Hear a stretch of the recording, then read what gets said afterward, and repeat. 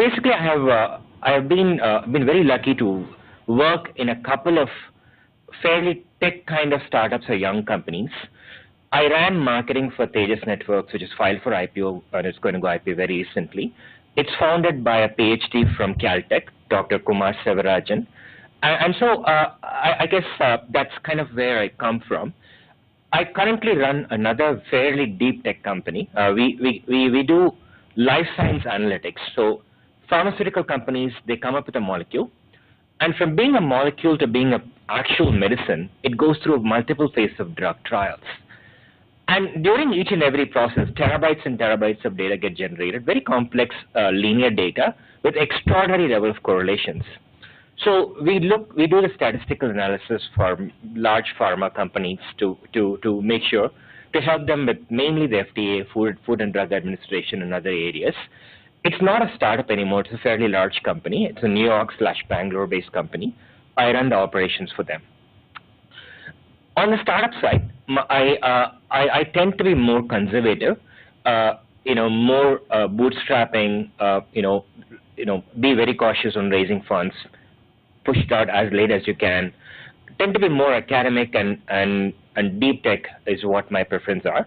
Almost all my work has been in B2B startups, so that's kind of where I come from. A little bit, you can see a little bit of a tech focus or a tech bias, whichever way you want to call it too. So this, education and entrepreneurship, a highly controversial topic. For example, there is a whole bunch of press which says, there are VCs, very famous ones, who have said, I would never fund anyone who's got an MBA. Unfortunately, I have. But so if you look at the current lay of the land, you basically have, the Bill Gates, Steve Jobs, Larry Ellisons, Michael Dell, Zuckerbergs of the world, who are essentially college dropouts or college dropouts minus or plus, barely college made, right? And then the situation even gets worse. If you look at people like Richard Branson and Disney, over 40, 50 years old, they didn't even go to college. They didn't even touch it, right? And then there is this whole new foundation or an award called Peter Thiel, Thiel, Google it in case you don't know about it, who basically gives a 2-year grant of $100,000, $50,000 year one, $50,000 year two, for people who kind of almost implicitly encourages you not to go to school. That is undergrad degree. Okay, so it's for people who don't do undergrad. So, and Peter Thiel found that the startups in the Peter Thiel ecosystem are extremely famous. They're doing very well. If I were to rate like the top 10 ecosystems in the world, including 500 startups and the various top tier ecosystems, it will be amongst the top 10 ballpark. So that's kind of the current lay of the land. So the general feeling on the startup ecosystem, there has been a lot of debate even in India, and there has been even talk to the level of 10th standard, 12th standard, like why even college, why even 10th standard, why even first standard, just kidding. There's been a lot of discussions and talk on this topic, right? So that is one side and one perspective of that, okay? Does it have merits? Yes, it does, but I'll get to it in a little bit, but that's kind of where the lay of the land is. What is the other side? Okay, what is the PhD or the deep technology angle, right? So I tend to be, as I said in the preamble, or kind of disqualifying myself to have a fair and equal debate. I kind of disqualified myself. But if you look at PhD, today's PhD, I never enrolled for a PhD. I was pretty clear on that, but I did stop at my master's because I just stopped at it. But a PhD. So if I were to be an entrepreneur starting out right now, and I know that I want to be an entrepreneur, I also want to do something in deep tech, I actually think I would do a PhD. And my reasons are these. In any top school in the world, I mean top school as in like, it depends country by country, region by region, any definition. A PhD is typically a funded program. I'm sure even in India it's the same. I think it is very much so. It's a funded program. So instead of a 2-year Peter Thiel, so a typical Stanford PhD or University of Kentucky PhD, these are approximate numbers. gets about $30,000 grant per year, or teaching assistantship or research assistantship or whatever be it, very approximately. And it also includes tuition waivers. There's no other fee. So you get 30,000 input, that's it. So over a 5-year period, that's approximately the time it takes for a PhD. I'm assuming it's the same here. You kind of make about 30,000 times 4 or 5, about 100. I can't count very well, so about $120,000 or $150,000, right? So that's step number 1. Step number 2. Today's PhDs are very, very different compared to the PhDs of 30, 40 years back. 30, 40 years back, you focused extensively a lot, for example, in computer science, theoretical computer science, things like pumping llama and other things like that, right? So you focused a lot on those. Today, in a lot of PhD dissertations, right, globally, I've been to a few, it almost resembles a startup bootcamp or a startup demo day. Okay, not exactly, but it's pretty close to it. So the PhD, the 4 years or 5 years you spend, you develop intense problem-solving skills. You choose your own advisor in most cases. You choose your own topic. That's phenomenal. And if I was an entrepreneur in 2017, I would choose a topic which has got a high sense of monetizability, something that I can take both into a product or a service or a solution and sell globally. What better place than a PhD in 4 years of working with the best and brightest minds to do it? Third point is if your area of specialization isn't something super high-tech, like ours, for example, biotech or data science, a PhD gives you a lot of you need it pretty much. Is it pretty much, or maybe I'll leave it up to the debate, but it really helps. For example, if you want a biotech, almost all the top biotech firms in the world are PhD-founded startups or young companies or whatever. So there are certain sectors, and likewise defense, for example, almost all of them are deep tech PhD kind of startups. So if your ambitions are on something very, very deep tech, a PhD is very, very helpful. One very important thing is the PhD landscape is extremely different, extremely dynamic compared to what it was before. So there are many PhD programs in the world which let you go or which let you go to various startup ecosystem events, and there are many startup ecosystems which actually encourage you to. If you want to become a startup, if you want to become an entrepreneur, there are 2 things you need to master. One is your actual work, right? Which is, let's say you're building an artificial intelligence startup or social entrepreneurship in terms of like an Akshay Patra, building food in the best possible way to the mass people. There is work that's specific. Then there is an ecosystem. Just like if you join a corporate role, in order for you to be successful, you need to do 2 things. One is you need to do work. Another is you need to manage your bosses, you need to manage your ecosystem. That's how you get up, right? So likewise, in a startup, you need to learn the ecosystem, right from what is a MVP, minimum viable product, to what is a pivoting, how to raise funds, when to go for funding, when not to go for funding, what is a term sheet, what are the terms and conditions that are there, how to motivate and hire people, because as a startup, you know nothing, right? You don't have anything. How are you going to motivate people? So in your 4 or 5 years doing a PhD, you can actually multitask and benefit from this work. A lot of PhD systems currently let you do that. So, and most importantly, it actually pays. Unlike, see, there are 2 versions of startup people. One is if I was to use my mother tongue Tamil, which is like the Kolaveri kind of thing, which is like go get it, and that is like put all your money in, go fast and die quick, or get lost. Or the other version is build it slow and steady, have measurable objectives, and do that. I tend to be a little bit more on the later version. Okay, so in that context, of 4 years, a fantastic opportunity for you to take a problem, define the problem, qualify the problem, see if it works, and do a lot of MVP kind of testing. Do a lot of customer interviews, and whether it's customers internal, external, or global, etc., you just go do your own stuff, and you get to go attend a lot of phenomenal conferences world over. Professors and startups has completely changed. Many universities I work with, encourage professors to invest in startups, be part of the founding team, invest in startups. Many professors globally are rich people too. It's really a great opportunity. Last but not the least, in many you actually write code in case it's a tech startup, and if you're there for 4 years, you will have to do a dissertation, you'll have to do a project, and if your future work is really what you're going to do, you actually start writing the code, so that when you finish on day one, you kind of hit the road like really fast running. So, but a few things you also need to learn along the way is learn a lot of soft skills, right? This may be a little bit of a PhD plus plus, learn all the startup lingo, attend all the global pitch contests. Maybe you could even be part-time. You could even attend, startup accelerator or a boot camp. There are in Bangalore alone, there is maybe close to 100. I personally am being involved or engaged in about 20 of them. So there's just a lot of them, right? You could do that.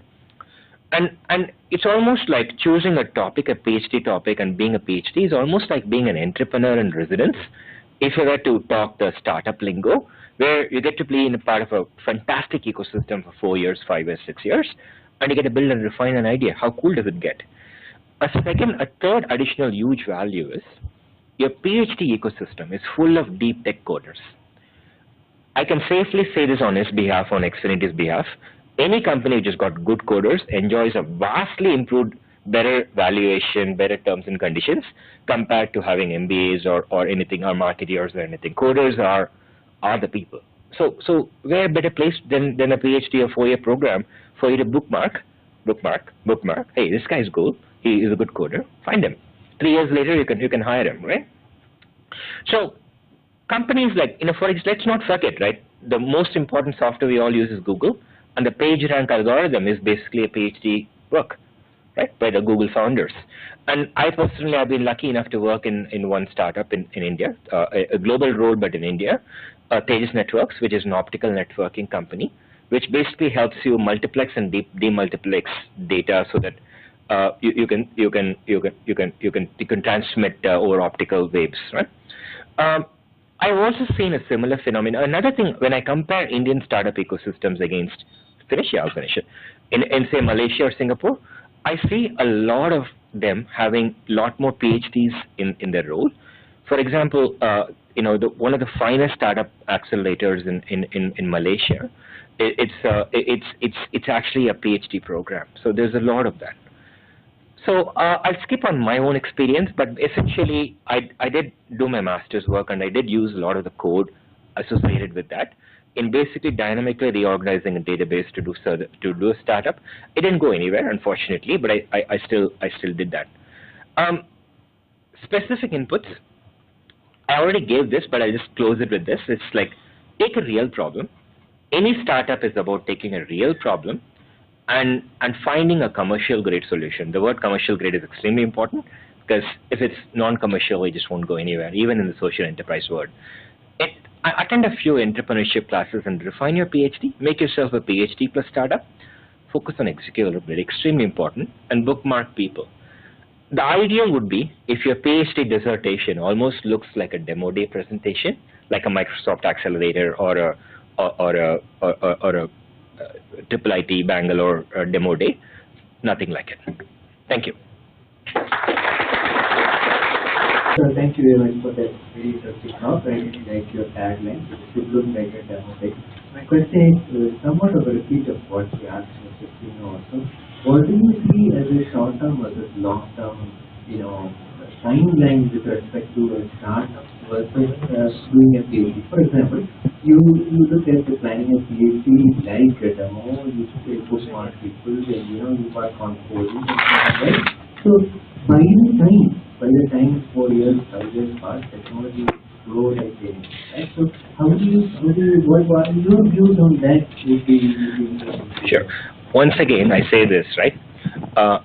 In the startup world, there is a lot of discussion about it has to be today. It has to be the day before today. I generally take a very strong line. The world has waited for 3 million years for a startup. It probably can take further. Controversial opinion, but it's my opinion. Take it or leave it, right? So a lot of these technologies, right? 4 years effectively. heard of it. But a lot of these technologies, it's been there for many years, and if you're taking few years, for example, if you look at in the artificial intelligence, there's a lot of startups that doing work in image processing, trying to see, put cameras in terms of a target store, etc. And in fact, I did connect a Chinese startup to target India for the accelerator program, which basically looks at it and says that these people are identified humans. But it's 10 years program. They did about 6 years research before starting it, so it's okay. Would I apply the same thing in say something which is very very go-getting, like for example hyperlocal or e-commerce? And they're not a But if you're looking at something very deep, that takes the focus of the whole job. Then I believe that waiting for 3-4 years is not a controversial opinion there.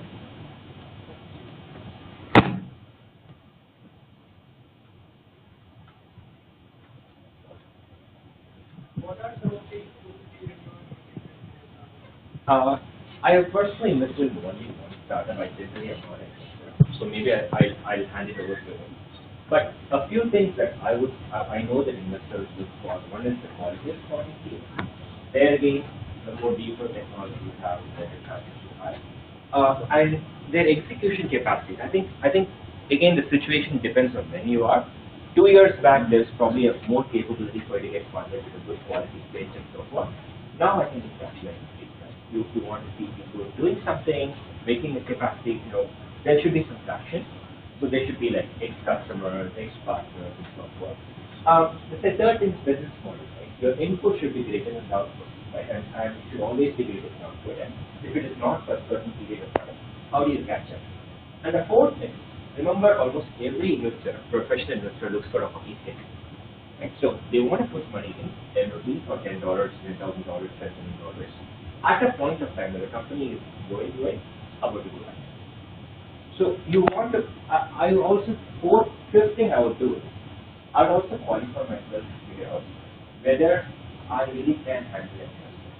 Investors are bosses, okay? If your goal is to start up, if your goal in starting up is that you don't want bosses, you want to do your own thing, and if you raise money, I'm sure it's not going to let you do that, right? So you have bosses, right? They're going to be part of the table. They're going to carry them along. So that the fifth point I made is something that I'm asking you to catch yourself and qualify yourself when you do the thing. Those are broadly 4 I think I would have. Welcome back. We now turn our focus on the societal context. Here again, each speaker will speak for 10 to 12 minutes and they will take 1 to 2 questions post their talk. To help us on this topic, we have with us Kalanganta Prabhu and Rasagna Prabhu from IIIT-Bangalore. As many of us know, ISKCON has been contributing both to our spiritual and social upliftment through various initiatives such as Akshapatra, folk, etc. Rasagna Prabhu is part of the Halidesha Prabhu's technology team, and they have been working with various technology organizations towards addressing some of the challenges that they face. Prabhu will now talk about how technology is emerging as the new fuel that powers spiritual and social organizations like these. We also have with us Mr. Venkatesh Kanaya.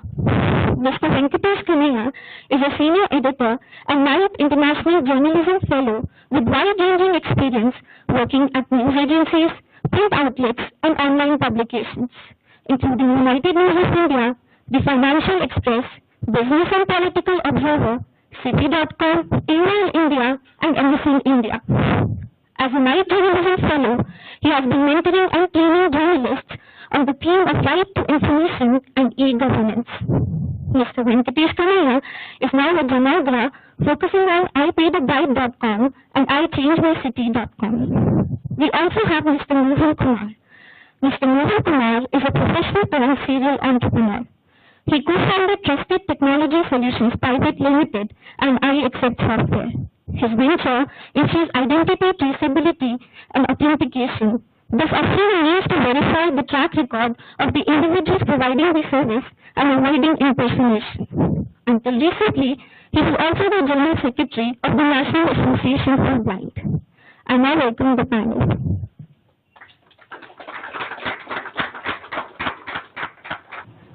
Seeing the expressions on some of your faces, I know what you're thinking. You must be wondering, why is this Swamiji here, with shaven head, with dhoti, with tilak, is doing something here in this technological forum? Shouldn't he be doing some puja or chanting some mantra or reading some big fat books? Students, faculty, ladies and gentlemen, we have smartphones, we have smart homes, we have smart hospitals, we have smart cities, smart devices. So we thought, why not smart temples and smart spirituality? So in the next 15 minutes or so, I will introduce you to the tech-savvy aspect of modern smart spirituality. Is anyone here who is not aware of the Akshay Patra Foundation? Most of you are already aware, it's great. I would still like to touch upon this beautiful program and want to share a few ideas and thoughts on this wonderful program. The Akshay Patra Foundation is an initiative of IIIT Temple, Bangalore.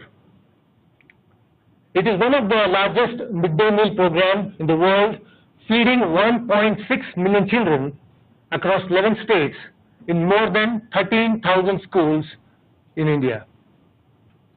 We have started this program in the year 2000 with the inspiration of a founder Acharya, A.C. Bhaktivedanta Swami Prabhupada, who had desired that no child should go hungry within the vicinity of 10 miles of IISCON temple. So with this humble initiative and desire to serve the society, we began this program by feeding 1,500 children. We have won many innovation awards for Akshay Patra based on sustainability, on the uniqueness of the program, the impact that it has created in the society, the best accounting practices, and so many numerous awards. Akshay Patra is one of the most beautiful programs. So what is the speciality and the key feature of this program? Akshay Patra is not just addressing the problem of malnutrition, but it also encourages children to come to the school and get educated. When we have educated children, we can build a strong nation. It is possible. Last year, we completed feeding the 2 billionth meal, and it is still counting. The vision for Akshay Patra is, thank you. The vision for Akshay Patra is to feed 5 million children by the year 2020. And this is all possible, and it is being made possible because of some strong leaders, the Government of India, and most importantly, the technological innovations. We have faced a lot of challenges in terms of operations, in terms of cooking itself. In South India, the staple food is rice. It's easy to cook rice. But in North India, children don't like rice. They want chapatis. So we had to come up with some technology. So we innovated a chapati making machine which makes 10,000 rotis. Of course, now we have upgraded it to 40,000 rotis per hour. So there are many more challenges, there are many more innovations that can come into this picture of Akshay Patra. There is one more very beautiful initiative that we started very recently in our temple in Rajajinagar, and that is this biogas plant. So what's big deal, biogas plant? This biogas plant was designed by the devotees in the temple in association with a small startup, a company called Carbon Light. It has very unique features. This particular biogas plant in the campus is optimized for urban setup. It's one of its kind. In just 1/5 of the space or volume, we are able to achieve 90% efficiency of the regular conventional biogas plant. The second is its mobility. If the client tomorrow he decides that I need more space in the campus, this whole plant can be shifted to another place, another location. And third, it is also contributing to the eco-friendly atmosphere. You see, there is no carbon emission at all because it's a natural gas. We are curbing the greenhouse effect by this. There are volunteers from United Nations who have come to study this particular model because it's very, very unique for urban setup. And also, recently the VP of Tech Mahindra, he was astonished to see and understand that his own vehicles can run on biofuel. Just about 2 months ago in January, there is a team in Kolkata, they have developed one bus for public transportation which runs on biofuel. And it has a mileage of 80 kilometers per kg of biofuel. It's amazing. And Tech Mahindra is coming up with developing trucks like that. One more interesting project, an initiative, is this Hingonia Goshala. Recently, the government of Rajasthan has handed over the operation and maintenance of this Hingonia Goshala to Akshay Patra. This is one of the largest Goshala in India. It has about 10,000 cows in an area of 800 acres. Now in India we worship cows. Now keeping aside that religious sentiments and ideologies, this can be viewed as a social initiative or a business model. We have challenges here. 10,000 cows. How do we monitor or find the location, track the location of these cows? Anybody can give any suggestions? A solution? RFID. Fantastic. We can have RFID collars to each of these cows. The second challenge is, how do we monitor the health of 10,000 cows? We have to come up with some innovative idea here. There are possibilities we have thought about, but I want you to think about it.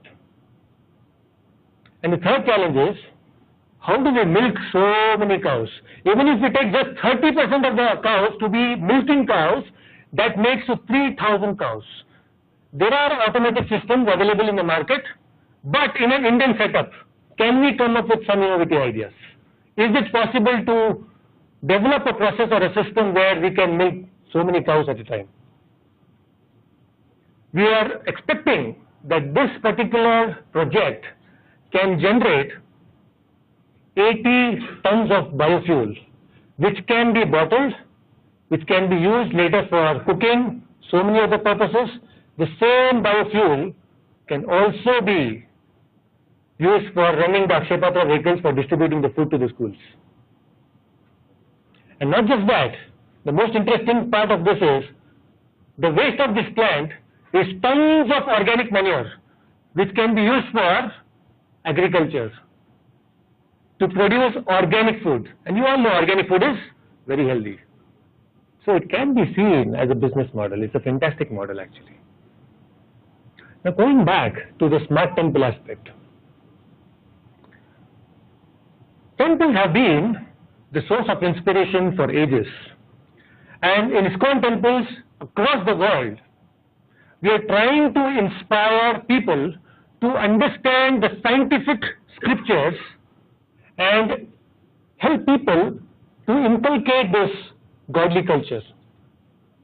So when I say culture, culture means a collective common behavior of the people in the society. For example, in the recent times in India, there is a culture that is emerging. Can anyone guess? Cashless transactions. After demonetization, people are adopting to cashless transaction, mobile money, is it not? So this is forming a new culture in the society. Now cashless transaction is one of the productive culture. There are many counterproductive cultures in the society. For example, addictions to alcohol, to drugs, and so many other things. And there is one culture which is emerging, and I personally feel, which is very, very, very strange. You know what it is? The selfie culture. The selfie culture is so self-centric, it makes you so absorbed in yourself that you don't think of any social initiatives. So we thought to change the people's mindset, we're coming with a massive project. This is a Krishna Lila theme park in Bangalore, and this is Vrindavan Chandrodaya Mandir in the holy city of Vrindavan. This is going to be the 6th tallest structure in the world, and this is going to be one of the tallest temples in the world. We are going to have a lot of technology involved here. We are going to have 9D or 10D simulation theaters. We are going to have a lot of challenges in terms of handling people. People, when they come to temples, there are visitors with multilingual background. So when you want to present something, a video, for example, they have to watch a video having multiple audio, respective languages, in respective languages. So many things like that. The utility management, all this is possible by technology, probably using IoT, Internet of Things, PoE, Power over Ethernet. These are emerging technologies which we want to implement in our temples and make it as a smart temple. We have to do it because only when technological innovations and the knowledge of the scriptures come together, there can be a spiritual revolution. And that can make people truly happy. So I urge all of you to get involved, to participate in these initiatives and see how best you can contribute to the society for the betterment of the society. And this will make you joyful. You will become very happy by seeing people happy, especially the work that you are doing is contributing to such a noble cause. So with this, I would like to end my talk, and I thank all of you here. Yes. Oh, yes, sorry. You said 40,000 chapati in that machine. Yes. So if that machine goes down one day, what is your backup plan? Nice question, but we have ensured that these machines are not just, we have a backup machines also. We have a smaller machine, may not be a 40,000 roti making, but there are machines which can make 2,000 rotis, 10,000 rotis per hour. We have a backup like that. So it may take a little more time, not of the big scale that is going to 40,000 rotis per hour, but there are smaller machines. Many times housewives, they ask, Swamiji, can you create a machine for us also? A smaller version of it. Yeah, it is possible, but then you see, there are backup plans like having 10,000 rotis per hour, 5,000 rotis per hour. This is possible. We have a backup like that. Any other questions? Actually, around a month back, Kalakanda Prabhu gave me an opportunity to meet Prahladisha Prabhu. He is part of the CTO in Akshay Patra and DISCOM. I went there thinking that we're just going to have some regional conversation, possibly about DISCOM. Then I realized, after 1.5 hours of conversation, I felt like it's almost enlightenment in the technology. We're talking about so much of technology that it felt that I learned a lot. And they never spoke as though they are spiritual leaders. They're not also, they're technologists per se. They talked about optics, they talked about utility management, emergency preparedness, all sorts of things, energy conservation. So I thought it's a wonderful forum. We can learn a lot more challenges that they face and address those problems through our research. Thank you so much. First of all, I'd like to thank IIIT for giving me this opportunity. We from Janagraha have been working with IIIT on certain themes and certain issues. We have also held a hackathon last year with the kind of open data that we have of various municipal corporations, and we are also looking to work closely with IIIT in the future. But let me introduce myself before we go to the topic of does research matter in shaping public policy.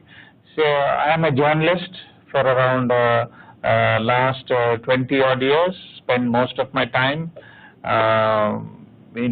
mostly online, but I worked in offline publications. I worked on the field, on the desk. So I come here with an idea of what is it to be interacting with the government. If you are looking at any social venture or any other thing, you see, first is the government is your either your biggest market or it's going to be your biggest stumbling block. So perhaps what I speak about here will throw some light on how is it to interact with government. So how have I interacted with the government? So I've been a journalist. So what does a journalist do? Normally go to, we generally hang around in the offices of senior bureaucrats, just looking for some tips of knowledge or what we call as a scoop. So then they think that over a period of time they might like our face and say, hey, Venkatesh, come here, something is happening. This is what is likely to be. Then I publish it in the newspaper, then I'm a hero, you say. So this is how, there is nothing more, nothing less than that. Then I've been a researcher, a sort of researcher, where I've been with the IIIT Foundation working on trying to build some kind of networks between journalists and activists over a period of 2 years. What kind of activists? I worked with RTI activists, I worked with journalists trying to build networks. The third is right now I'm an employee in a non-profit called Janagraha. So I bring this when I talk about public policy. So what is it? You see, let's start off with my first avatar as a journalist. You see, in my interaction with policymakers, bureaucrats, lawmakers, I mean politicians, not even once I've heard that, you see, this policy we are thinking about it, the research is not right, or this needs to go to a research group. There is no mention of research, to be very frank with you. See, it could be because I don't know, maybe it's in some semiconductor policy, there could be research. But anything to do with the social sector, there is very little reference to original research or research impacting public policy. We find that as, in conversations with these senior officials, we don't hear about it at all. I've worked with certain social science research institutions too. So these are, isolated ivory towers. They come there, they do some research, they go to, Italy, publish those papers there, then they come back. But just 3 kilometers away would be the, the secretariat, where nobody would know what these researchers are doing. It will be, this is how this whole system works. Now, I'll tell you one thing on public policy. When we talk about public policy, you must see that it is a contest between various kinds of groups of people trying to influence the government one way or the other. You should not think that, it's like what do you call, economics has something called perfect markets and perfect citizens. Everybody wanting everybody else's, goodwill and prosperity, and it's not the case. So everybody is pushing their own agenda for their own benefit, and there are, smarter people who want to walk away with most of the, the benefits that this system has to offer. And government is one of the biggest, machinery trying to shape public policy. But if you see public policy, it will be certain groups of people trying to push the government towards a certain way for them to benefit. I will tell you something which as a journalist, I have done, so that you will understand how these things work. It's a small story. See, there's something called the Enforcement Directorate.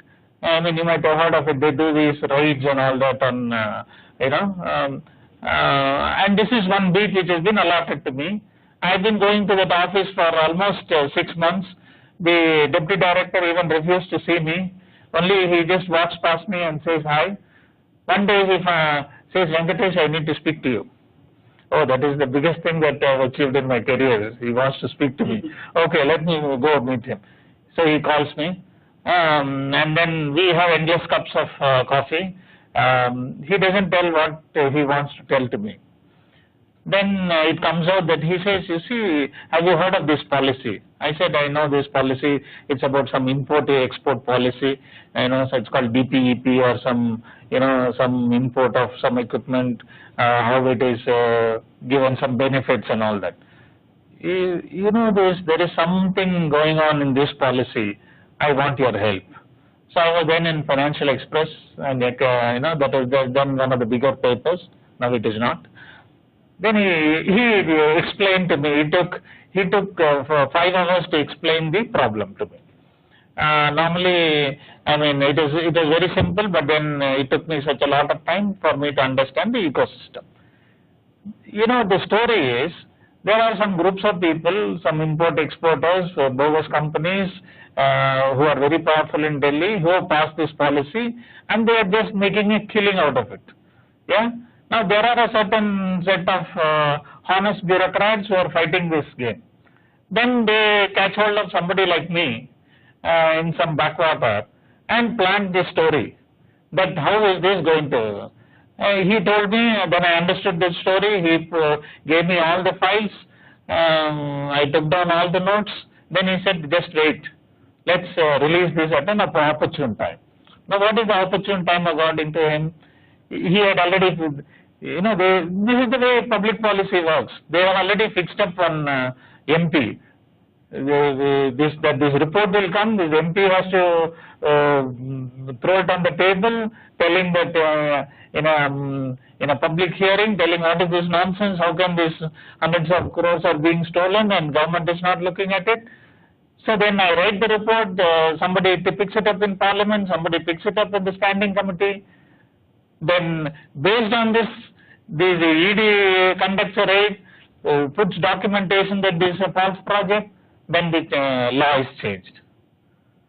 So public policy has, it is a competition between various groups of people trying to use the government for their own benefit. It cannot be a simple, it is not a simple game.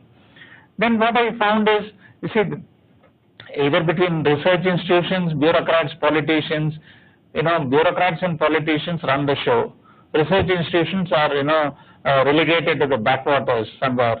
Only they might have opportunities to come and present their papers once in a while, and there is a standing committee. But this is regarding the social sector. I'm not sure how it works in really tech-related, government policy. Maybe there is a higher say for research institutions per se, but even that I'm not very sure. So I was a night journalism fellow. So what I did, I took up a simple problem. What is a simple problem as a journalist that I face? You see, whenever I go for data, you see, it's very simple. How many schools are there in Karnataka? Okay, 10,000. Every time the bureaucrat says, the number changes. Every time, so even a basic data set or basic levels of knowledge that one is supposed to have changes with every bureaucrat. So when you start with the joint secretary, there is one number. If you go down, there is another number. And if you go still further down, there is another number. And you ask him why, he says, sir, he doesn't know, sir, we know, right? That is the. So then I thought this is an interesting problem to resolve. So what I brought was, I brought in journalists in a kind of we held workshops between journalists and senior bureaucrats for journalists to understand what is the basic data available in this department and where is it stored and how can journalists access it. You won't believe. Not much of data is available and it's all in somebody's mind. And this is the case with most of the departments. There is some data, but these are all in hundreds of files and in hundreds of and there are hundreds of different interpretations. Yeah, this how. Then we said that, and there is no institutional memory in the bureaucracy on what is the research that has been done on certain topic, how it can be used. So unless there is this institutional memory. How can bureaucracy or lawmakers use research for a very productive purpose? So this is one of the challenges. Sorry. So I will tell you something which we have been doing in Janagraha.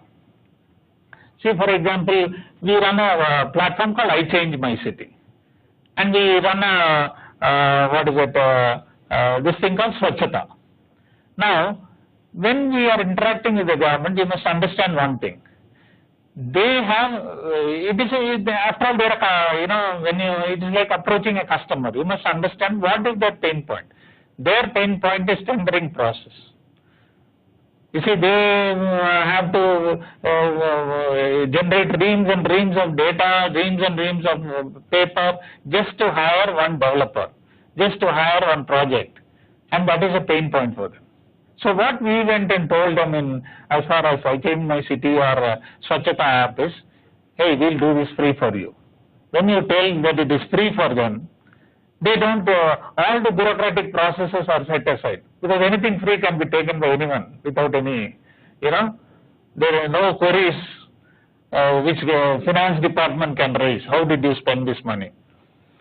You won't believe what we have achieved with going to someone and telling that we can do it free for you is so much more in impact in terms of what we would have achieved if we had even priced it very mildly. Okay, most things cannot run free, but what happens is this opens doors. This opens so much of the doors that everybody is now behind us, because it builds a certain comfort level in the government. Yeah. So what you have to understand at one point is, you must understand what is the pain point that these guys are facing and how can you address them. If you are trying to build something where government is one of the partners, or is your sole customer? Is there something that you need to bypass many of these rules, which they also understand that they are a prisoner of these things. They are very open, but you must go the extra mile since you want to build that bridge. Yeah? Thanks a lot for So, good afternoon everybody. I think just you are reaching noon. So the topic that I am supposed to be talking about is, how do you know that we have made a difference? So let me start off with a small analogy. Suppose you have to give green cover to a piece of land. There are multiple options we have. One is we can plant a bunch of eucalyptus trees, or we can just put just grass. Now, the impact of both of them would be that both of them would probably generate the same amount of oxygen, or absorb the same amount of carbon dioxide. The preference would be, or what the perception would be, that if it's a bunch of eucalyptus trees, you would see, okay, there's a small forest and so on. People wouldn't even bother that there has been actually something this patch of grass has done. In fact, that possibly might also stop a lot of erosion. So there are two ways to look at it, short term and long term. So what I will also do is, I will also spend a little time about my experience of being part of the National Association for the Blind earlier, and how various metrics were used to measure the impact of what are the differences that were made, and a little bit about the product that we are handling nowadays. So, National Association for the Blind was started about in the 70s, where the programs were very long, 2 years. The programs were varying right from 6 months to 2 years, and the focus was on training specialists. So we had machine shops, we had various programs which would take up a visually challenged person, train them throughout, so on. In the last 1 or 2 years, the whole focus has got changed. What has happened is, the focus is now on how we can make a larger impact in terms of coverage. So earlier, there was one institution in Bangalore. People used to come here, get trained, maybe spend about 2 years' time. The number of people trained were far lower, but then they were specialists. Now the programs are short term. The program orientation itself has got changed. The orientation is on train the trainers. So how you can leverage the experience of some of these people and spread out far and wide. So if you see, the geographical spread has increased, the focus has been on short-term courses, more number of people it has impacted, and also the focus has shifted to more of prevention. So, to conclude, the measurement and monitoring metrics are actually contextual. That means in the early 80s and 70s, there was a lot of manufacturing and so on. So we need to have had specialists who could work on that. Today the context has changed. That means on the timeline, the things have changed. So you need to have faster throughput, and that is how the impact of the various programs, the whole thing had to have a relook. And so in NGO, the performance parameters of how it has impacted what it was about 10 years ago and what it is today is very different. So now coming back to the platform that we have created among the various products that we have a citizen safety platform called Pehchano. It is basically a very simple platform. Again, this platform works on collaboration between different stakeholders. And how the challenges that we see here are, there has to be a lot of behavioral change. See, especially when we are talking about doing an enterprise which is going to impact the society, it requires that the timelines are very long. You should be prepared for the long haul. There has to be a behavioral change in the society. Investors' perceptions and return of investments in social projects, that also has to be different, because some of them would have an impact. Yes, as one of the speakers had earlier pointed out, they must be self-sustainable, but the time horizon will be very different, because you need to ensure that people change slowly. And the various stakeholders, they also need to understand that they also need to contribute to get something back. So today what has happened is, because of transition, in many of the places, it is what do I get even before they think of giving. So this basic platform, it works on collaboration even between, so to say, competitors or so on. And the whole ecosystem goes to a next higher level. And that is how we have built this platform.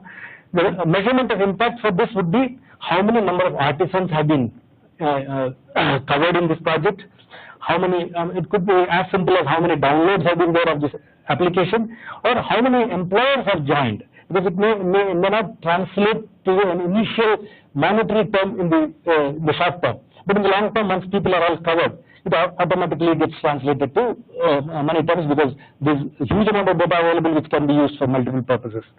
Now, as far as collaborating with the institutions, there's a lot of scope for working together on areas like biometrics, security, data encryption, so on, where projects could be taken up which have an impact on the public domain. So with this, I think I wanted to explain to you how a private enterprise can contribute to the social safety, and I also had shared with you the experience of various metrics of performance across different decades, especially in the National Association of the Blind. Open for questions, anything which I could share.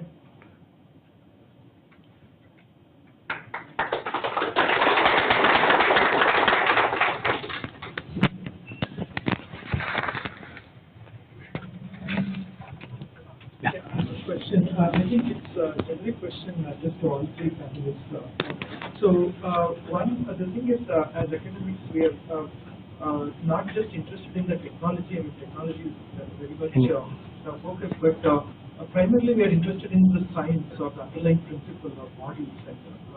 And all of you made very important points. For example, the need for spirituality, the need for political awareness among citizens, the need for awareness with respect to accessibility of rights and so on. But what I see is there's a big dearth of the adequate scientific models that are neither taught in universities nor at school. In fact, one of my courses I teach game theory, and every once in a while we keep encountering some ethical questions, and I see that there's not enough sensitivity among the students. It's only when I keep getting this question again and again, then the ethical dilemma comes to the fore. So any comments on how we should be changing the approach to science to recognize the importance of politics? Yeah, one of the most important points that is touched is about the ethics in the business. See, this sensitizing the students at the college level, or even when they go out, see, they need to understand that in the long run, what goes around comes back. So they need to understand that, short-term investments, return, and that's all one part. The other is, when you see the impact in terms of numbers, the numbers may not only be financial numbers. It could be, you see, the joy that, especially in a social net system, the joy that you get when you see more number of people impacted, you change their lives. And that is where, and that has to be felt. And that possibly can happen. You see, most of the courses when you go, you need the students who have to also do some internship as a community project they do. So that is where they actually see, the challenges, what is there in the classroom and what is there in the field. So that's my any of these.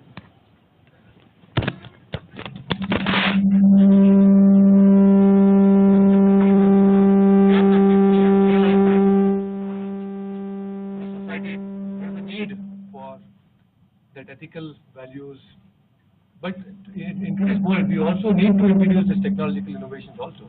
So how do we collaborate both of these? So we have to create some models where people can adopt this culture by accepting technology and the scriptural knowledge together.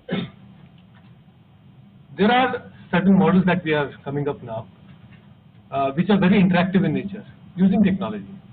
So it will give you a feel of how spiritual life looks like, what is ethical values are, how can we adopt them. So we cannot separate technology today. People are so much into it. We have to use that. At the same time, ensure that we don't compromise on the ethical values and spiritual principles that we have to live in.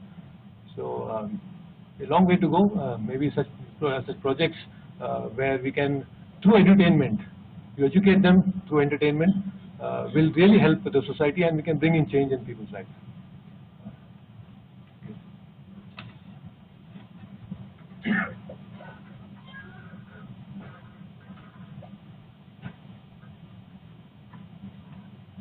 Yeah, I actually have a follow-up question. I think it's a point that I also feel, because sometimes when we are advancing technology, technology becomes an end and not a means to reach where we want to. So how do you address the challenge? Because even when we are communicating the language of even the words that you use, I understand you're doing some fantastic work, but sometimes people confuse technology to be an end in itself, and that becomes problematic because it diverts us from values, it diverts us from the ethics, it diverts us from that. So how do you address that challenge and communicate in a way that technology is just a means? And even just to take a step further, when you're scaling up, there are a lot of personal relationships that are really going to a kitchen. The person making it, the love with which they're doing it, and all of that.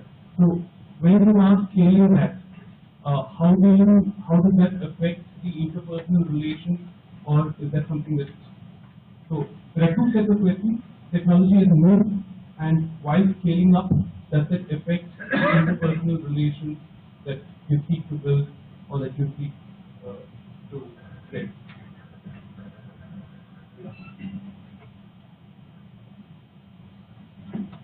The integrity of your intent matters a lot. So when you are having a strong intent that this is what I have to give back to the society, when you have that strong desire, technology is definitely a means, that is not the end in itself. But you need to have a strong intent, and that is possible through guidance. We have to take guidance. We are taking guidance even right now. This whole forum is meant to distribute knowledge, to disseminate knowledge based on technology and social initiatives and so many things. We are acquiring knowledge. So similarly, in spirituality also, we need guidance. We need guidance from the scriptures. We need guidance from those who are already practicing spirituality. And with that, your faith gets firm more and more. And with that, you see, when there is a guidance from the top, you can address this social issues or your interpersonal issues when you're scaling up your own level of spirituality. So it needs guidance. Guidance is required in each and every field. So in spirituality also, you have to approach someone who is already into the field.